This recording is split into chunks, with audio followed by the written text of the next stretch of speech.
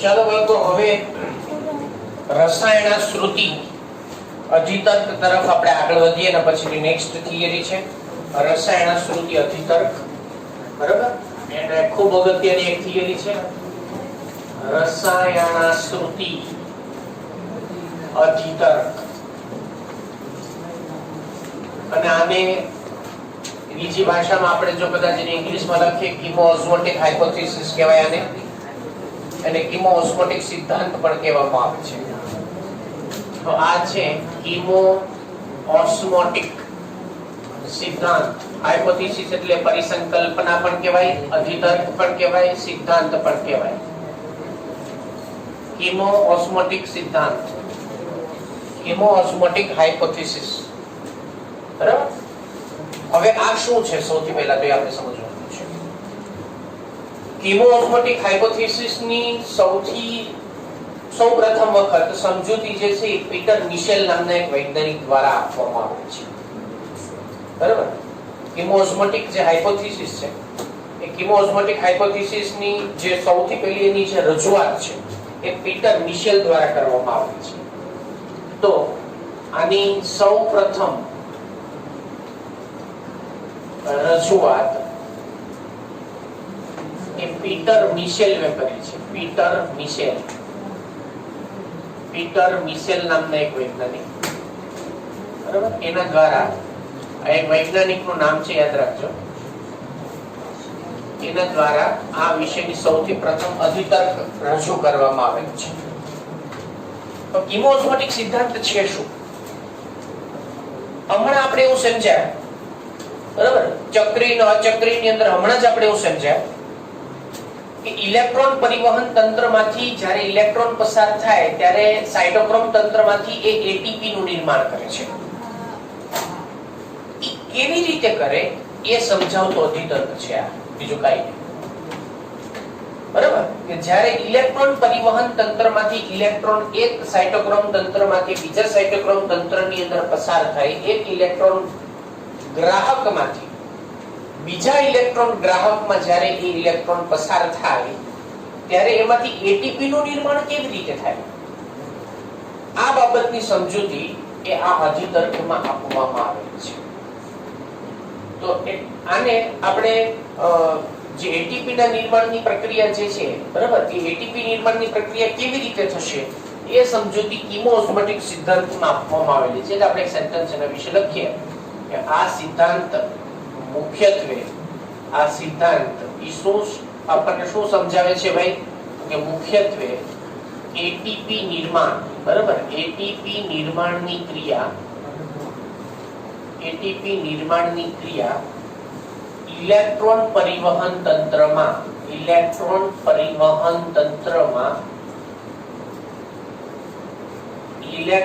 પરિવહન દ્વારા કેવી રીતે થાય, બરાબર, કેવી રીતે થાય તેની સમજૂતી આપે છે. એટલે તમને એક વસ્તુ ખ્યાલ આવી ગયો કે સૌથી પહેલા તો આ કીમો-ઓસ્મોટિક સિદ્ધાંત શું છે ભાઈ, શા માટે છે?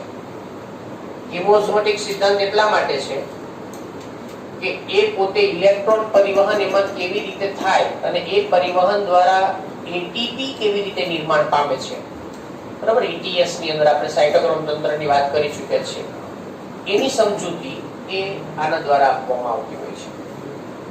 તો હવે એના માટે આપણે પીટર મિશેલે જે પૂર્વધારણા આપી છે, પીટર મિશેલ દ્વારા જે અનુમાન લગાડવામાં આવ્યું છે કે આની અંદર ઇલેક્ટ્રોન જે છે એ ઇલેક્ટ્રોન પરિવહન કેવી રીતે થાય, બરાબર, અને પાણીનું પ્રકાશ પ્રેરિત વિઘટનમાં કેવી રીતે ભાગ ભજવે છે એની સમજૂતી આપણે હવે મેળવીએ. તો સૌ પહેલા તમે બધા જાણો છો કે ભાઈ થાઇલેકોઇડ પર આ થાઇલેકોઇડની થપ્પી છે. આ થાઇલેકોઇડની થપ્પી છે. થાઇલેકોઇડની થપ્પીને શું કહેશું આપણે? ગ્રેનમ. ઓકે, આમાંથી એક થાઇલેકોઇડને આપણે બહાર કાઢીએ છીએ. તો એક થાઇલેકોઇડની જે રચના છે એ રચનાને આપણે ઝૂમ કરીને સમજીએ છીએ. ધારો કે એક થાઇલેકોઇડનો બેવડા પટલની એ રચના ધરાવે છે. થાઇલેકોઇડ જે છે એમાં બે પટલ હોય, બરાબર, બેવડા પટલમય રચના છે થાઇલેકોઇડ છે. તો આ એનું બીજું પટલ છે, એક અંતઃપટલ અને બીજું એનું બાહ્ય પટલ. બે પટલની રચના હોય થાઇલેકોઇડમાં. તો આ થાઇલેકોઇડની બે પટલયુક્ત રચના છે.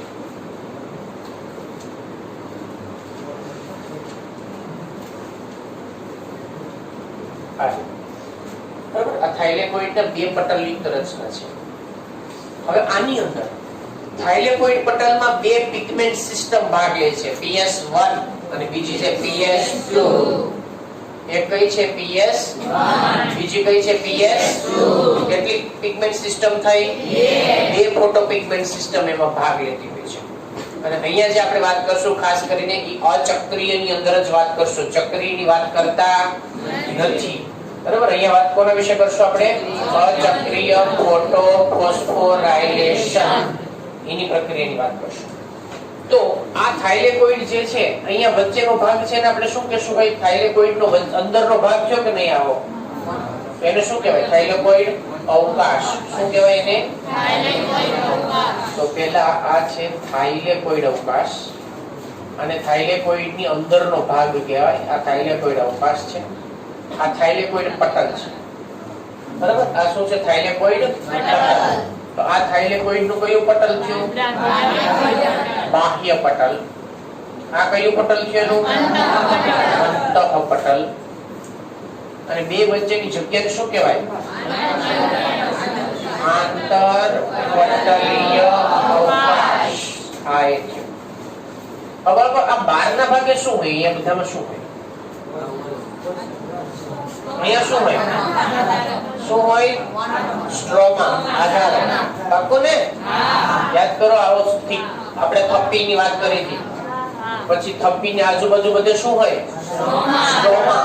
સ્ટ્રોમા એટલે આધારક. એટલે આ બધામાં સ્ટ્રોમા. આ સ્ટ્રોમા છે, આ બધું આધારક છે. બરાબર, આ પણ આ બાજુ પણ બધે શું આવેલું છે ભાઈ? સ્ટ્રોમા. એટલે આ પણ આધારક છે. આ બાજુ લખવાની જરૂર છે નહીં, જાણો છો તમે. હવે આ સ્ટ્રોમાની અંદર આના પટલમાં અહીંયા બે ઘટકો એટલે કે એટીપી સિન્થેટેઝ, એટીપી ના નિર્માણ માટે એક ઉત્સેચક ભાગ લેશે જેનું નામ છે એટીપી સિન્થેટેઝ. બરાબર, એટીપી સિન્થેટેઝ ઉત્સેચક જે અહીંયા પટલમાં ખૂંપેલો હોય, અંદર ખૂંચેલો હોય. એના બે ઘટકો છે. એક ઘટક જે છે એમાંનો જેને આપણે કહીએ છીએ F0 અને બીજો છે F1 પાર્ટિકલ્સ. બે ઘટકોનો બનેલો છે. તો એમાંનો એક ઘટક છે ને એ અંદર ખૂંપેલો હોય, આની અંદર હોય. આને CF0 કહેવાય. CF0 અથવા એને F0 પાર્ટિકલ્સ પણ કહેવાય. બીજો ઘટક છે ને એ આપણને આમ આધારકની અંદર આપણને એ આ રીતે વિસ્તૃત આધારકમાં લંબાયેલો હોય. એક F0 પટલમાં ખૂંચેલો છે, યાદ રાખજો ભાઈ, યાદ રાખજો ખાસ. અને જે આધારકમાં આવેલો છે એને શું કહેશું આપણે? CF1 અને F1 પાર્ટિકલ્સ કહેવાય.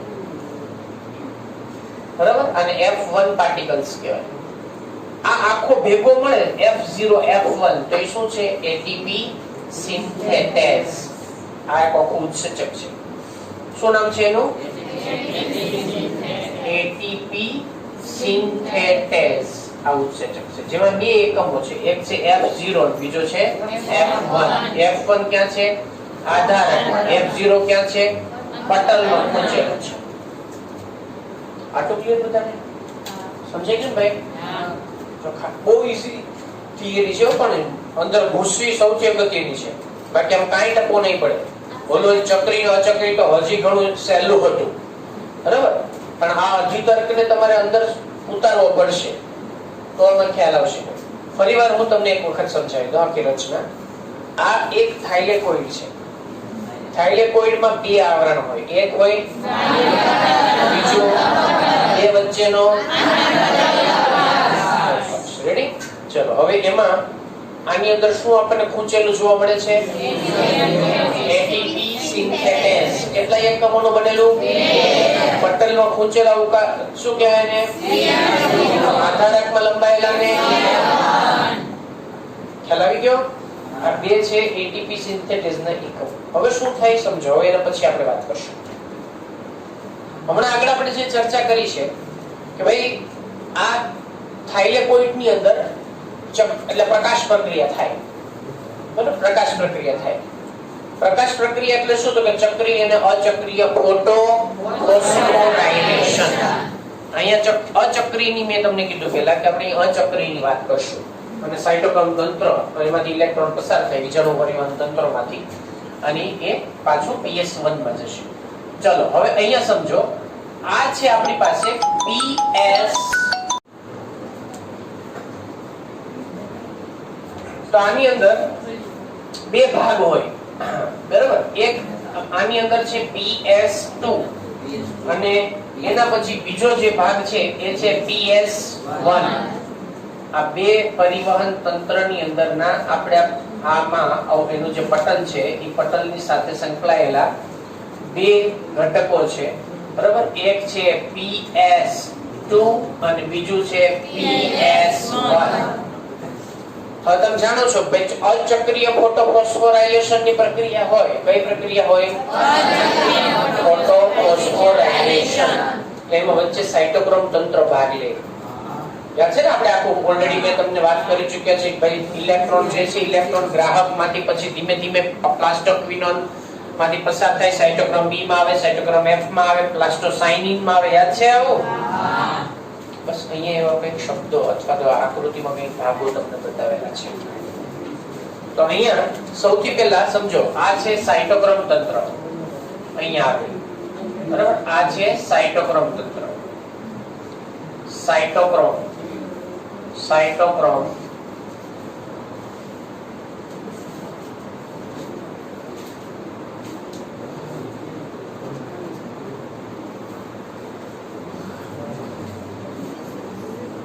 બે સાઇટોક્રોમ હોય. એક છે સાઇટોક્રોમ B6 અને સાઇટોક્રોમ F, બરાબર? સાઇટોક્રોમ F બે સાઇટોક્રોમ છે. આ સાઇટોક્રોમ તંત્ર છે.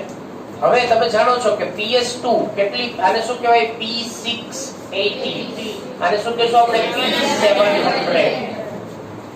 ETS યાદ છે ને? ETS યાદ છે ને? હમણાં આપણે વાત કરી ચૂક્યા છે. બસ આટલું હમણાં સમજો. પછી હવે તમે જુઓ, અચક્રીયમાં મેં તમને આખી સિક્વન્સ લખાવેલી છે, તમે ચેક કરજો. એમાં ઇલેક્ટ્રોન PS2 માંથી ઉત્સર્જિત થાય તો સૌથી પહેલા ઇલેક્ટ્રોન ગ્રાહકમાં જાય ને, અજ્ઞાત ઇલેક્ટ્રોન ગ્રાહકમાં. ત્યાંથી ઇલેક્ટ્રોન કોની પાસે આવે? ઇલેક્ટ્રોન પરિવહન તંત્રના એકમોના નામ બોલો. PQ. કેમ આવશે? PQ ની અંદર આવશે. પ્લાસ્ટોક્વિનોન, બરાબર? પ્લાસ્ટોક્વિનોન તો અહીંયા PQ છે. PQ માંથી સાઇટોક્રોમ તંત્રમાં આવે, સાઇટોક્રોમ તંત્રમાંથી ક્યાં આવે? PC માં આવે. ખબર છે? ક્યાં આવશે? પ્લાસ્ટોસાઇનિન. એને આપણે PC કહીએ છીએ, પ્લાસ્ટોસાઇનિન. એટલે અહીંયાથી ઇલેક્ટ્રોન અહીંયા જશે, ત્યાંથી ઇલેક્ટ્રોન સાઇટોક્રોમમાં, સાઇટોક્રોમમાંથી ઇલેક્ટ્રોન પ્લાસ્ટોસાઇનિનમાં, પ્લાસ્ટોસાઇનિનમાંથી ક્યાં જાય? PS1 માં આવશે. હવે અહીંયા બે સ્થાન છે ચોક્કસ પ્રકારના. એમાં એક સ્થાન અહીંયા અંદરના દિવાલ ઉપર આવેલું હોય છે, બીજું સ્થાન અહીંયા બહારની દિવાલ ઉપર આવેલું હોય છે. બે પોઈન્ટ છે, બે પોઈન્ટ. એક જેને આપણે કહેશું કોમ્પ્લેક્સ H2O નું સંશ્લેષણ માટેનું એક કોમ્પ્લેક્સ આવેલું, એક સંકુલ આવેલું છે. આ જેને આપણે પાણીના વિઘટન માટે એટલે H2O કોમ્પ્લેક્સ, H2O ના વિઘટન માટે સંકુલ એટલે એના માટે જરૂરી ઘટકો, જરૂરી પ્રક્રિયકો એ અહીંયા આવેલા છે. અહીંયા પાર આ જે ટપકો મેં અહીંયા દર્શાવેલો છે એ NADP રિડક્ટેન્સ નામનું એક ઉત્સેચક છે જે રિડક્શન NADP નું રિડક્શન કરશે. ચલો, આટલામાં કોઈને કઈ મુશ્કેલી ખરી? પાકું? ફરીવાર એક વખત આપણે જાણી લઈએ. આ પ્રકાશ પ્રક્રિયા છે. ATP ના નિર્માણની પ્રક્રિયા કઈ પ્રક્રિયા છે? પ્રકાશ પ્રક્રિયા, જે થાઇલેકોઇડમાં થાય છે. બરાબર? એ થાઇલેકોઇડમાં થાય તો એની અંદર PS1 PS2 અચક્રીય ફોટોફોસ્ફોરાયલેશનમાં બધા ભાગ લેતા હોય. આ થાઇલેકોઇડ પટલમાં ખૂપેલા છે, બધા એમાં અંદર ખૂચેલા છે. તો પહેલા અચક્રીયમાં કોણ આવશે? PS2 PS2 માંથી ઇલેક્ટ્રોન પ્લાસ્ટોક્વિનોન માંથી સાયટોક્રોમ તંત્રમાં પસાર થાય, સાયટોક્રોમ માંથી પ્લાસ્ટોસાઇન પાછું ક્યાં આવે? ક્લિયર? ઓકે, આ તો મેં તમને આગળ વાત કરી દીધી છે કે આ શું છે. હવે અહીંયા H2O એટલે કે પાણીનું પ્રકાશ પ્રેરિત વિઘટન થાય. યાદ કરો, હમણાં મેં તમને કીધું શું થાય? પાણીનું પ્રકાશ પ્રેરિત વિઘટન થાય. તો અહીંયા પાણીનું વિઘટન થાય. આ વિઘટનની પ્રક્રિયાને ઉત્તેજવા માટે એમાં એક સબસ્ટન્સ આવેલું છે, ઘટક આવેલું છે, એને H2O વિઘટન માટેનું સંકુલ કહેવાય. બરાબર? H2O વિઘટન માટેનું સંકુલ કહેવાય એને. એના દ્વારા પાણીનું શું થાય? પ્રકાશ પ્રેરિત વિઘટન થાય. તો પાણીનું વિઘટન થાય તો એના પરિણામે તમે જાણો છો કે ભાઈ H2O ના વિઘટનને પરિણામે એમાંથી શું છૂટું પડશે? તો કે 1/2 O2 H+. તો આ શું મુક્ત થાય એની અંદર? H+ હાઇડ્રોજન મુક્ત થાય. આ O2 તો વાતાવરણમાં વયો જશે, આપણે જાણીએ છીએ. પણ થાઇલેકોઇડ અવકાશમાં કોનું પ્રમાણ? જેમ જેમ H+ નું પ્રમાણ શું થતું જાય? એમ વધતું જાય. શું થતું જાય? વધતું જાય. શા માટે વધતું જાય? હાઇડ્રોજન ક્યાં રહે? અંદર જ. તમને ખબર છે H+ ને પ્રોટોન પણ કહેવાય. H+ ને શું કહેવાય? પ્રોટોન. H+ આને શું કહેવાય? પ્રોટોન. ઇલેક્ટ્રોન, પ્રોટોન, ન્યુટ્રોન આ શક્તિના સ્વરૂપો છે. H+ ને શું કહેવાય આપણે? પ્રોટોન પણ કહેવાય. પ્રોટોન. હવે સમજો, પાણીનું શું થયું? અહીંયા પ્રકાશ પ્રેરિત થાઇલેકોઇડ અવકાશમાં કોની સંખ્યા વધતી ગઈ? હાઇડ્રોજન. એટલે પ્રમાણ વધતું જાય છે. તો હાઇડ્રોજનનું પ્રમાણ વધવા પાછળનું પહેલું કારણ થાઇલેકોઇડ અવકાશમાં હાઇડ્રોજનનું પ્રમાણ વધવા માટેનું પહેલું કારણ શું? પાણીનું પ્રકાશ પ્રેરિત વિઘટન. યાદ રાખજો. બરાબર? તો થાઇલેકોઇડમાં અવકાશની અંદર હવે જો આપણે સમજીએ એટીપી નું નિર્માણ કેવી રીતે થાય છે, એના માટે આ પ્રોટોન ઢાળાંશ ખૂબ અગત્યનો છે. તો H+, બરાબર, H+ એ થાઇલેકોઇડમાં વધે છે. થાઇલેકોઇડ અવકાશ એ અવકાશમાં એનું પ્રમાણ વધે. શા માટે? તો એનું કારણ નંબર 1 તો કે અવકાશમાં પાણીનું શું થાય? પ્રકાશ પ્રેરિત વિઘટન થાય. અને વિઘટન થવાને પરિણામે એમાંથી H+ જે ઉત્પન્ન થાય એ H+ એમાં જમા થશે. બરાબર? ક્યાં જમા થશે? થાઇલેકોઇડ અવકાશ. પહેલું કારણ. હવે બીજું કારણ સમજો. બરાબર? કારણ નંબર 2, જ્યારે આ ઇલેક્ટ્રોન એ PS2 માંથી ઇલેક્ટ્રોન ક્યાં જશે? PQ માં જાય. ત્યારે એ PQ નું રિડક્શન કરે છે. કોણ રિડક્શન કરે છે? ઇલેક્ટ્રોન. રિડક્શન માટે શેની જરૂર પડે? હાઇડ્રોજન. એ હાઇડ્રોજનની જરૂર, હાઇડ્રોજન ક્યાંથી લેશે? બહારના ભાગમાંથી. તો સમજો ખાસ, PQ જે છે એ PQ જ્યારે એનું રિડક્શન થાય એટલે આ ઇલેક્ટ્રોન જ્યારે PQ માં આવે ત્યારે આધારકમાંથી એની સાથે એક H+ જોડાઈ જશે. અહીંયા H+ અહીંયા જોડાઈ જાય. H+ જોડાઈ જાય. PQH2 નું નિર્માણ થશે. શું બનશે એમાંથી? PQH2. PQH2 2H+ અથવા H+ ને PQH રાખો, 2H+ રાખો તો બે જોડાશે. બરાબર? અહીં એક જ રાખ્યા એટલે PQH બનશે. આ ફરીવાર આ ઇલેક્ટ્રોન જ્યારે અહીંયાથી સાયટોક્રોમમાં જાય ત્યારે આ H, આ હાઇડ્રોજન એ પાછો અહીંયા મુક્ત થાય.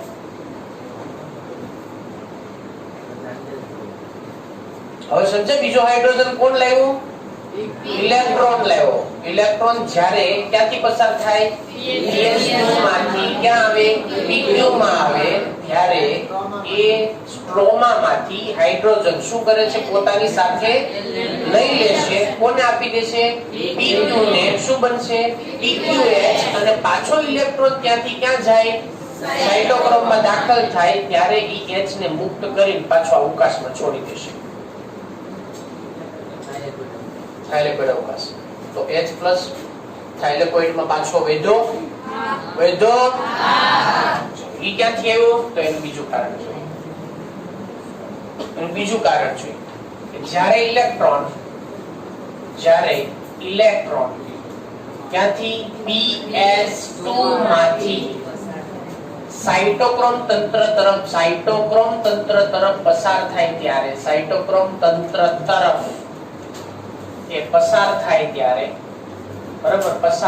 ત્યારે સ્ટ્રોમામાંથી H+ ને પોતાની સાથે જોડે છે. એટલે પોતાની સાથે જોડે છે અને પોતાની સાથેનું વહન ક્યાં કરે છે? થાઇલેકોઇડ અવકાશમાં મુક્ત કરે છે અને તેને થાઇલેકોઇડ અવકાશમાં મુક્ત કરે છે.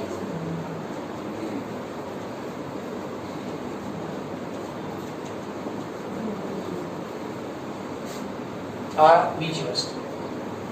તો એનો અર્થ એ થાય બાળકો કે થાઇલેકોઇડ અવકાશમાં પ્રોટોનની સંખ્યામાં ઉત્તરોત્તર શું થતો જાય? એમાં તો અહીંયા થાઇલેકોઇડ અવકાશમાં પ્રોટોનની સંખ્યા, પ્રોટોન એટલે H+, તો અહીંયા પ્રોટોનની સંખ્યામાં શું થાય? વધારો થાય.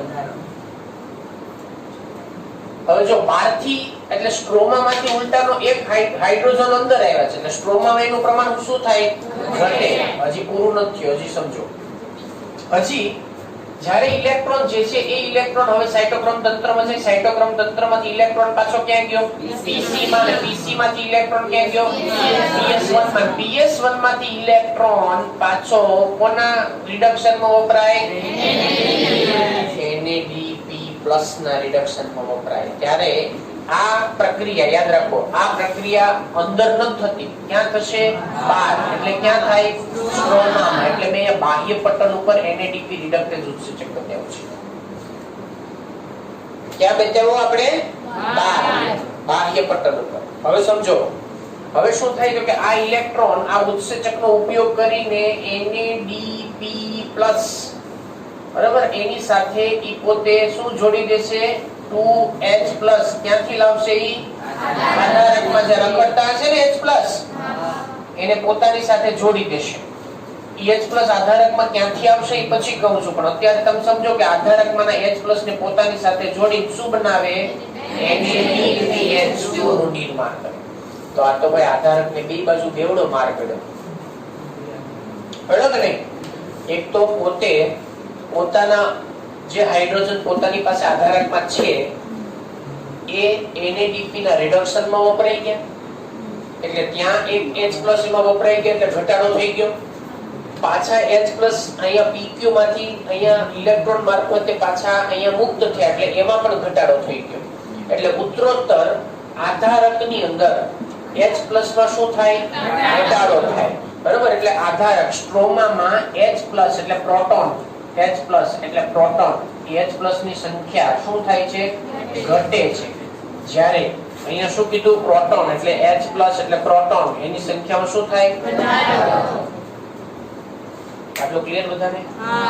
પાક્કું ભાઈ? આપણે ત્રીજો મુદ્દો એક અહીંયા લખીએ કે NADP નું રિડક્શનમાં એ વપરાય જાય છે. ત્રીજો મુદ્દો, બરાબર? આધારકમાં બરાબર બાહ્ય પટલ ઉપર આવેલ, અથવા તો આપણે એવું લખીએ કે થાઇલેકોઇડના બાહ્ય પટલ ઉપર PS1 માંથી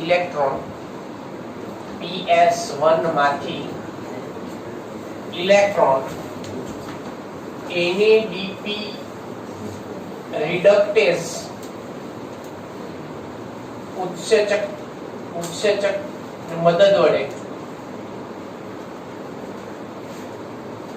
NADP+ નું રિડક્શન કરે છે અને તેથી NADPH2 નિર્માણ થાય છે. બરાબર? અને તેના માટે H+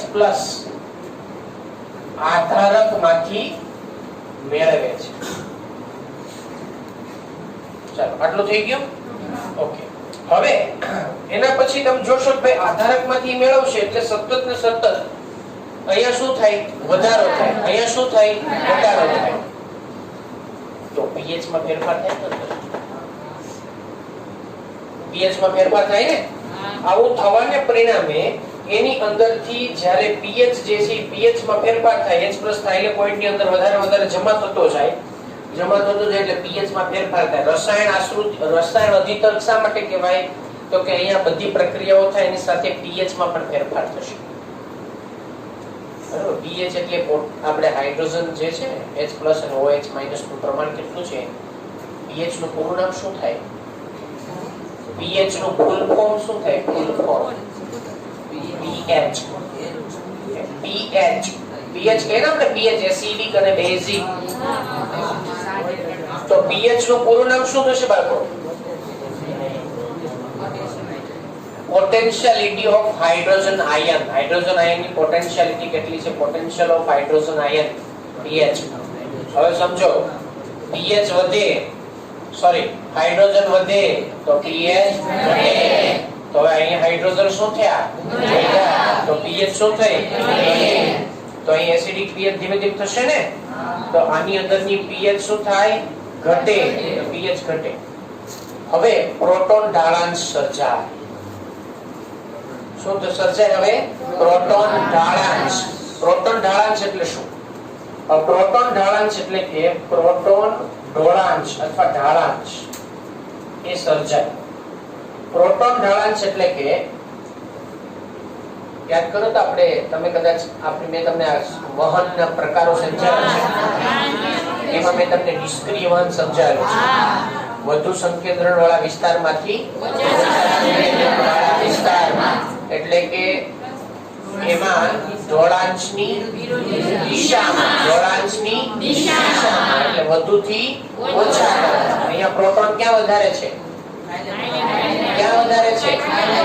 ક્યાં ઓછા છે? તો શું સર્જાય? પ્રોટોન ઢોળાંશ સર્જાય. શું સર્જાય? પ્રોટોન ઢોળાંશ. એટલે H+ ની સંખ્યા ક્યાં વધુ છે? અવકાશમાં. ત્યાંથી H+, બરાબર, ક્યાં આવશે? પ્રોટોન ઢાળાંશ સર્જાય તો અવકાશમાંથી બહાર સ્ટ્રોમા. એટલે પ્રોટોન ઢાળાંશ તૂટે વધુથી ઓછા તરફ. પણ એ હાઇડ્રોજન H+ માત્ર ને માત્ર કોના મારફતે આવે છે? એટીપી સિન્થેટેઝ ના મારફતે આવે છે. જેવો પ્રોટોન ઢાળાંશ સર્જાણો, જેવો પ્રોટોન એ F0 માંથી પસાર થયો, ત્યારે અહીંયા એડીપી અને પીઆઈ આ બે રાહ જોઈને જ બેઠા હશે કે ભાઈ જેવી આપણને ઊર્જા મળે ને તો આપણે ભેગા થઈ જઈએ. કોણ? એડીપી અને પીઆઈ. કેમ કે આ કયો ઉત્સેચક છે? જો તો એ શું ઉત્પન્ન કરે? સમજ્યા તમે? તો પ્રોટોન ઢાળાંશ સર્જાણો, તો એ પ્રોટોન એ પસાર થઈ અને ક્યાં આવ્યો છે? ત્યાંથી સ્ટ્રોમામાં. ત્યારે એ સ્ટ્રોમા, પ્રોટોન, ઇલેક્ટ્રોન બધા પાસે શક્તિ છે, એ ઊર્જા છે. એ વપરાતા નથી પણ એ ઊર્જા આપી, બરાબર, એ ઊર્જાની મદદ વડે એ જોડાણ ચોક્કસ કરે છે. તો અહીંયા શું થાય હવે કે એડીપી અને પીઆઈ જેવો અહીંયાથી પ્રોટોન આવ્યો એટલે એટીપી સિન્થેટેઝ ઉત્સેચકની મદદ વડે એમાંથી શેનું નિર્માણ કરશે? એટીપી નું નિર્માણ થાય. ઢોળાંશ તૂટવાને પરિણામે એટીપી નું નિર્માણ થાય. તો એક વખત પસાર થશે H+, બે H+, સામાન્ય રીતે 2H+ એક એટીપી બનાવશે, બરાબર. તો આ રીતે એની અંદર કેટલા ઉત્પન્ન થાય ડિપેન્ડ્સ, પ્રક્રિયા ઉપર આધારિત છે કેટલા આવશે. પણ આપણે જે સમજાય એ વસ્તુ સમજ્યા છે કે ચક્રીય અને અચક્રીયની અંદર ટોટલ એટીપી ની કેટલી આપણે વાત કરી? 3. અચક્રીયમાં કેટલી વાત કરી આપણે? 1. ચક્રીયમાં 2 એટીપી ની આપણે એમાં વાત કરી છે, બરાબર. એટલે આપણે મૂળભૂત રીતે 3 એટીપી ની એની અંદર ઉત્પત્તિ કેવી રીતે થાય સમજ્યા છે. અને એની સાથે સાથે એનએડીપી નું કઈ રીતે નિર્માણ થાય છે એ આપણે સમજ્યા છે. એનએડીપીએચ નું કઈ રીતે બને છે એ સમજ્યા છે. તો આ બાબતને આધારે પ્રોટોન ઢાળાંશ સર્જાય. પ્રોટોન ઢાળાંશ સર્જાય એટલે એને પરિણામે પ્રોટોન જે છે પ્રોટોન એના વધુ સંકેન્દ્રણ વાળા વિસ્તારમાંથી ઓછા સંકેન્દ્રણ વાળા વિસ્તાર તરફ ગતિ કરે ત્યારે F0 ને F1 માંથી પસાર થાય ત્યારે F1 એટીપી સિન્થેટેઝ ઉત્સેચક ADP અને ફોસ્ફેટ ને જોડી અને એમાંથી શું બનાવે છે? ATP નું નિર્માણ કરે છે. તો આ રીતે પ્રોટોન ઢાળાંશ જેને આપણે પ્રોટોન મોટિવ ફોર્સ, આ એક મોટિવ ફોર્સ લાગે છે એના ઉપર જે ઢાળાંશ સર્જાણો ને, બરાબર, એટલે એને પ્રોટોન મોટિવ ફોર્સ આવો શબ્દ એક વાપરવામાં આવે છે. પ્રોટોન મોટિવ ફોર્સ એમાં ઉત્પન્ન થાય છે એટલે તો ઢાળાંશ સર્જાણો પ્રોટોન મોટિવ ફોર્સ આ દિશામાં લાગે છે, બરાબર. ત્યાંથી અંદરથી બહારની દિશા શું લાગે છે? પ્રોટોન મોટિવ ફોર્સ એટલે શું સર્જાણું? પ્રોટોન ઢાળાંશ નિર્માણ છે. એને પરિણામે ADP PI જોડાય શું બને હોય ને? પણ આને કહેવાય કીમો ઓસ્મોટિક સિદ્ધાંત અથવા તો કીમો ઓસ્મોટિક હાઇપોથેસિસ. સમજાણો? ફરીવાર સમજાવી દઉં છું. Okay, no doubt. ચાલો ફરીવાર આપણે સમજી લે, બરાબર. એટલે મેં પહેલા તમને કીધું હતું કે આ ખૂબ એક અગત્યની અને આમાં અમુક બાબતો ખાસ તમારે સમજવી પડશે જ ને. તો સૌથી પહેલા રસાયણ અધિતર્ક જે છે એ પીટર મિશેલ દ્વારા આપવામાં આવેલો છે. આ અધિતર્કની અંદર વાસ્તવિક રીતે આપણને શું બતાવે છે ભાઈ? એટીપી નું સંશ્લેષણ કેવી રીતે થાય, બરાબર, એ બાબત આ અધિતર્ક દ્વારા સમજાવવામાં આવેલી હોય છે.